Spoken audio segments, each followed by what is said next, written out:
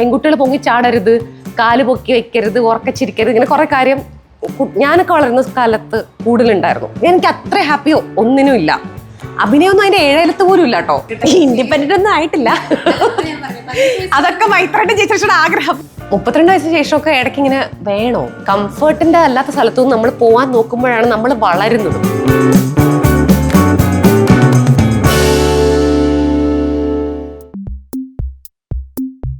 എപ്പോഴും ചിരിക്കാറുണ്ട്, പക്ഷെ എനിക്ക് ദേഷ്യവും വരുന്ന ആളാണ്.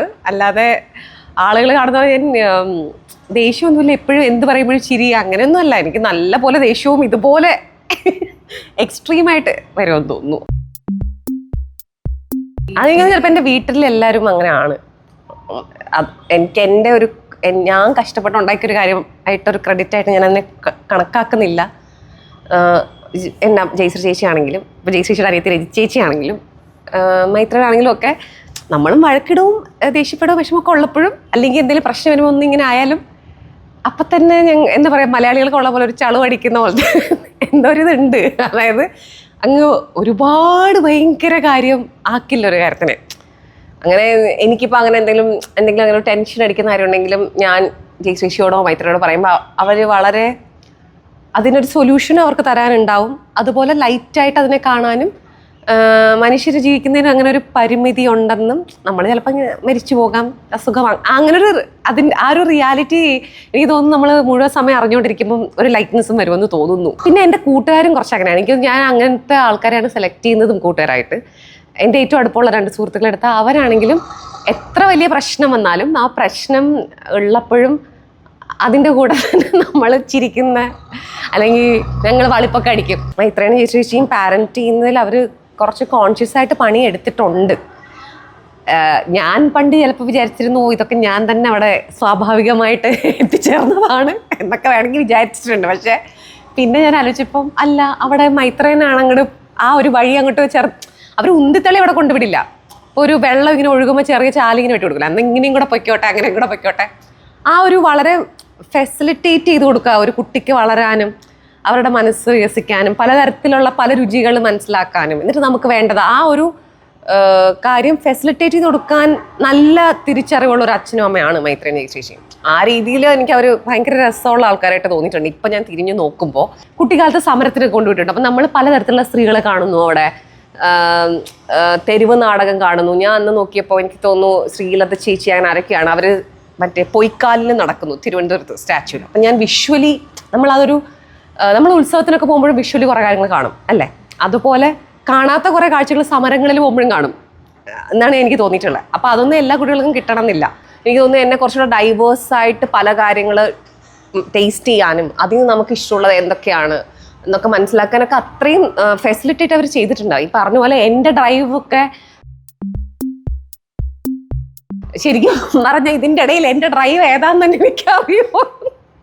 ഞാൻ മൈത്രി ചേച്ചിയോട് പറയും എൻ്റെ ഡ്രൈവർ ഡോക്ടർ ആവാനായിരുന്നു തോന്നുന്നു, പക്ഷെ അത് തിരിച്ചറിഞ്ഞിട്ടില്ല. കാരണം ഇത്രയധികം നമുക്ക് ഓപ്ഷൻ കിട്ടുമ്പോഴേ ഞാൻ കളിയാക്കി പറയുന്ന അങ്ങനെ ഒരു ഏർജ് എനിക്ക് നാടകത്തിനോടോ അല്ലെങ്കിൽ അഭിനയത്തിനോടോ സത്യത്തിൽ ഉണ്ടായിരുന്നില്ല. ഞാൻ അതാണ് പറയാൻ വന്നത്. ഇപ്പോൾ അങ്ങനെ ഇപ്പം പറഞ്ഞതിലുണ്ടായിരുന്നത് എനിക്ക് ഡാൻസിനോടും ഉണ്ടായിരുന്നു.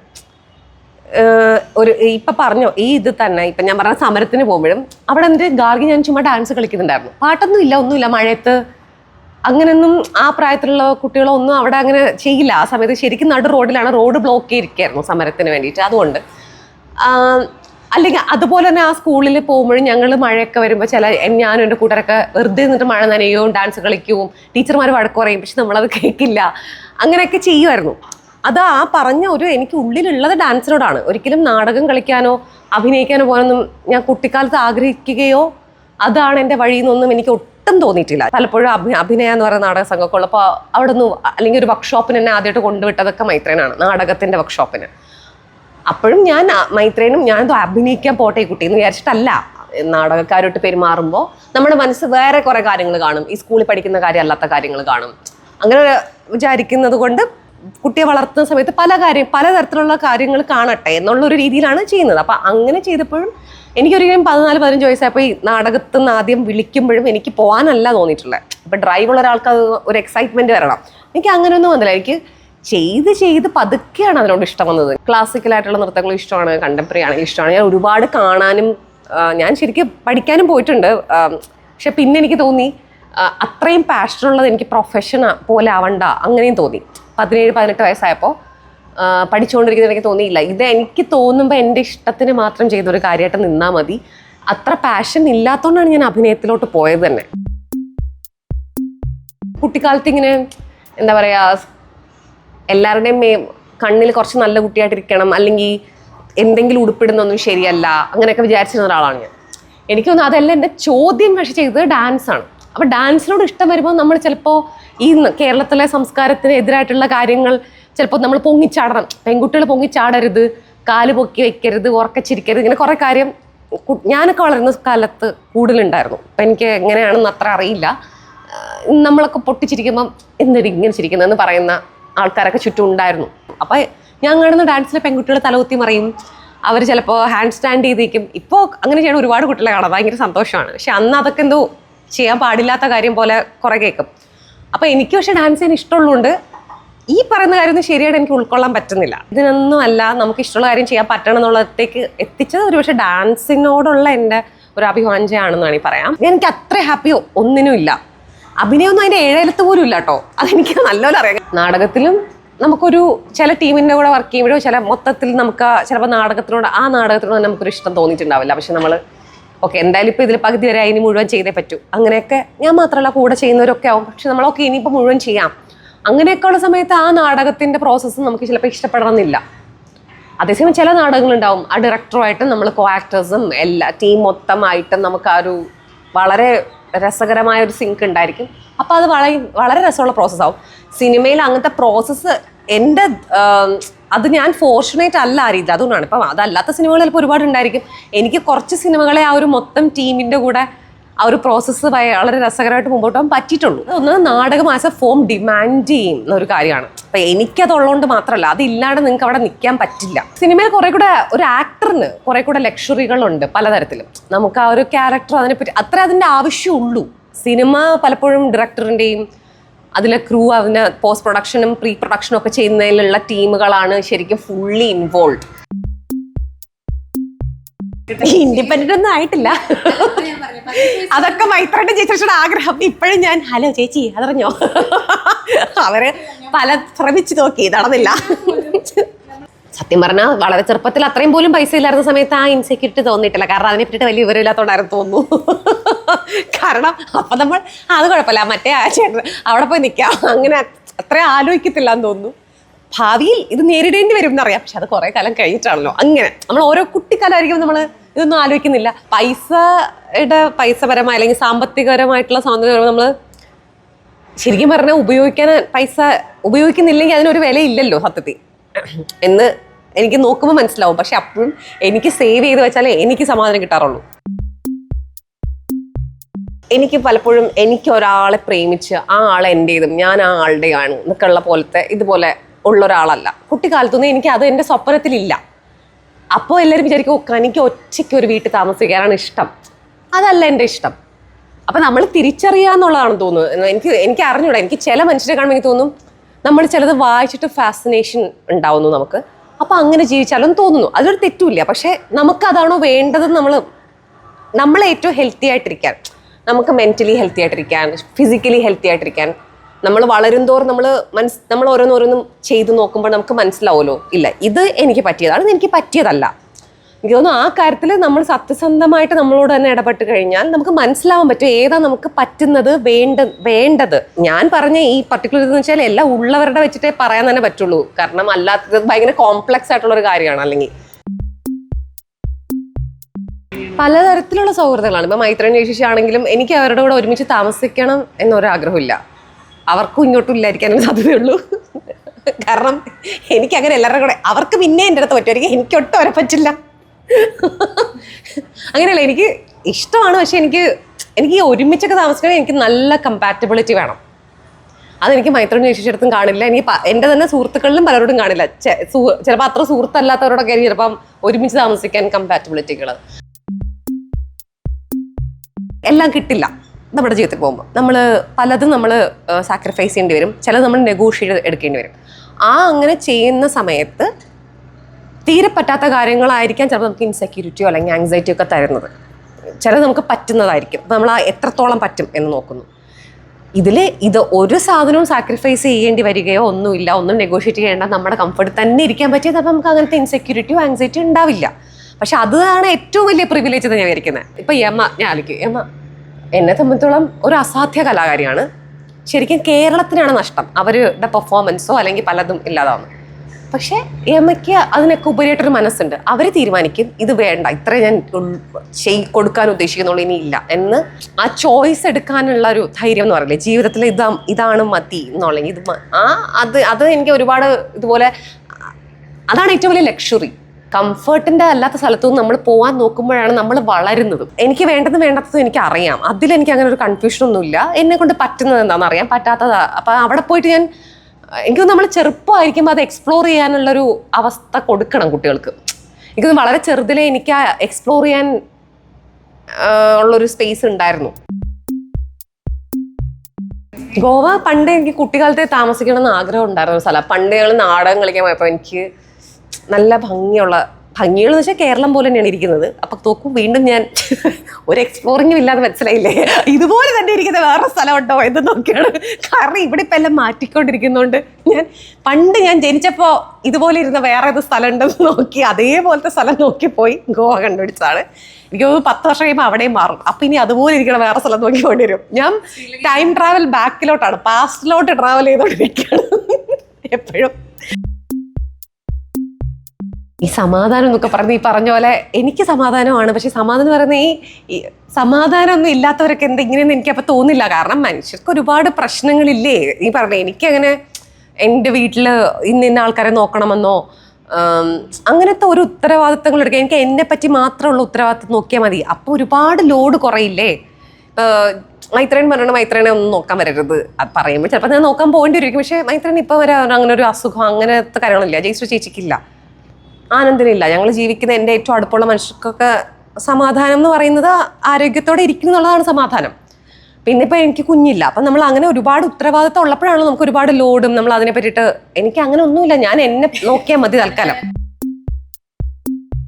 കുഞ്ഞേ വേണ്ട, അത് കുഞ്ഞുങ്ങളെ ഇഷ്ടമില്ലാത്തതുകൊണ്ടല്ല, വേണ്ട. അങ്ങനെ ഒരുപാട് കുട്ടികളുണ്ട് ഇവിടെ ഓൾറെഡി ലോകത്ത്. വേണമെങ്കിൽ അത്ര തോന്നിയാൽ അഡോപ്റ്റ് ചെയ്താൽ പോരെ എന്നുള്ള രീതിയിലാണ് ഞാൻ എപ്പോഴും വെച്ചിട്ടുള്ളത്. 32 വയസ്സിന് ശേഷമൊക്കെ ഇടയ്ക്ക് ഇങ്ങനെ വേണോ, അതോ ഇനി ബയോളജിക്കലി നമ്മുടെ കൊച്ച് വേണം. എനിക്ക് തോന്നുന്നു നാച്ചുറലി നമ്മൾ ഇങ്ങനെ ഒരു ഹോർമോണൽ ചേഞ്ചുകൾ വരുന്നത് കൊണ്ട് കുഞ്ഞ് ഇനിയിപ്പോൾ ഉണ്ടാക്കണോ അങ്ങനത്തെ തോന്നൽ വന്നതായിരിക്കും. അല്ലാണ്ട് എനിക്കൊരു നീഡ് പോലെ ഒന്നും തോന്നിയിട്ടൊന്നുമില്ല. കുട്ടികളെ എനിക്ക് ഇഷ്ടമാണ്. ഇനി എങ്ങാനും അങ്ങനെ വളർത്താനുള്ള ഒരു ഇതുണ്ടെങ്കിൽ അഡോപ്റ്റ് ചെയ്യണോ അങ്ങനെയൊക്കെ ആലോചിച്ചിട്ടൊക്കെ ഉണ്ട്. നമ്മളൊക്കെ കുറച്ചും കൂടെ ആഗ്രഹിക്കുന്നൊരു, അത് ഐഡിയലി നല്ലതാണെന്ന് പറയുന്നില്ല, അവിടെയും ഒരുപാട് ബെറ്റർ ആവേണ്ട കാര്യങ്ങളൊക്കെ ഇഷ്ടം പോലെ ഉണ്ട്. പക്ഷേ ഇപ്പം സ്ത്രീകൾ പുരുഷന്മാർ ആ രീതിയിലൊക്കെയുള്ള ഇടപെടലുകളും അല്ലെങ്കിൽ നമ്മളുടെ ഈ പ്രൊഡക്ഷൻ്റെ രീതിയിലുള്ള ഇടപെടലുകളൊക്കെ കൂടുതൽ പ്രൊഫഷണലാണ്. ഈവൻ അങ്ങനെ നിങ്ങളൊരു വലിയ ആക്ടറൊന്നും അല്ലെങ്കിലും അവിടെ ഒരു മിനിമം സ്റ്റാൻഡർഡൈസ്ഡ് ആയിട്ടുള്ള പൈസയുടെ കാര്യത്തിലാണെങ്കിലും ഒക്കെയും കുറച്ചും കൂടെ അതൊക്കെ ട്രാൻസ്പെറൻറ്റും ഒക്കെയാണ്. അവിടെ വരുന്ന വേറെ ആക്ടേഴ്സിൻ്റെ അടുത്തൊക്കെ ഇടപെടുന്നതിൽ ആ ഒരു ക്ലെൻലിനെസ് കുറച്ചും കൂടെ ബോംബെ ബാക്കിയുള്ള എനിക്കറിയില്ല, ബോംബെയിൽ എനിക്കങ്ങനെ തോന്നിയിട്ടുണ്ട്. സമയത്തിൻ്റെ കാര്യത്തിലാണെങ്കിലും എല്ലാം വളരെ ഓർഗനൈസ്ഡ് ആണ് അവർ.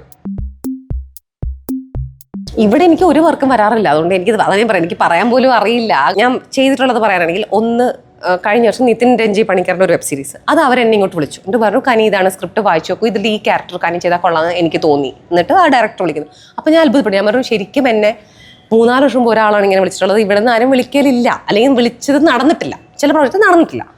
അപ്പം ഞാൻ നിങ്ങൾ എന്തെന്നെ വിളിച്ചത് ഞാൻ അത്ഭുതപ്പെട്ടെന്ന് ചോദിച്ചിട്ടിരുന്നു.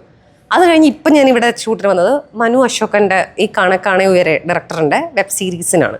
അതിൻ്റെ ഓഡിഷൻ കണ്ടപ്പോൾ ഞാൻ അങ്ങോട്ട് വെച്ചാണ്, കാരണം എനിക്ക് കാണെ ഒരുപാട് ഇഷ്ടപ്പെട്ടൊരു സിനിമയാണ്. ഞാൻ ഇതിന് എന്തെങ്കിലും ഉണ്ടെങ്കിൽ ഓഡിഷൻ ചെയ്യട്ടെ. അപ്പോൾ മനു പറഞ്ഞു, അറിയില്ല കനി, ഞാൻ നോക്കട്ടെ എന്നൊക്കെ പറഞ്ഞിട്ട് പിന്നെ അവർ പറഞ്ഞു ഇതൊരു ക്യാരക്ടറിൻ്റെ വരുന്നു എന്ന് പറഞ്ഞിട്ട് വിളിച്ചു. പക്ഷേ കാണാനായിട്ട് ഒരു ബന്ധമില്ലാത്തൊരു സാധനം ഇപ്പോൾ ചെയ്യണം, അത് വേറെ കാര്യം. എൻ്റെ ആ ആഗ്രഹത്തിൽ ഞാൻ പോയതാണെങ്കിലും എന്നാലും ഞാൻ പറഞ്ഞാൽ അങ്ങനെ ഞാൻ അങ്ങോട്ട് ചോദിച്ചിട്ടാണ് അത് ചെയ്തത്. ഇത് രണ്ടും അല്ലാണ്ട് ഞാൻ മലയാളത്തിൽ ചെയ്തത് വിചിത്രം എന്ന് പറഞ്ഞൊരു സിനിമ ഉണ്ടായിരുന്നു. പക്ഷേ ആ സിനിമയിൽ എനിക്ക് അങ്ങനെ ഒന്നുമില്ല. അത് ഞാൻ ഗോവയിലുള്ളപ്പോൾ അവിടെ വന്ന് പറയും. അപ്പം ഞാൻ ചോദിച്ചു, ഇത് ആര് എന്നെ വിളിക്കണം എന്നില്ലല്ലോ, എങ്കിലും ചെയ്താൽ പോരെ. അപ്പോൾ അത് എഴുതിയ ആള് എന്നെ പണ്ട് തൃശ്ശൂർ അക്കാഡമിയിലൊക്കെ വെച്ച് കണ്ടിട്ടുണ്ട്. നിഖിൽ എന്തോ ഞാനത് ചെയ്യണം എന്നുള്ളതുകൊണ്ട് ആൾക്ക് ഒരു എഴുത്തുകാരെന്നുള്ള രീതിയിലൊരു പവർ ഉണ്ടായിരുന്നുകൊണ്ട് ചിലപ്പോൾ പിന്നെ അതല്ല അതിനകത്ത് മെയിൻ.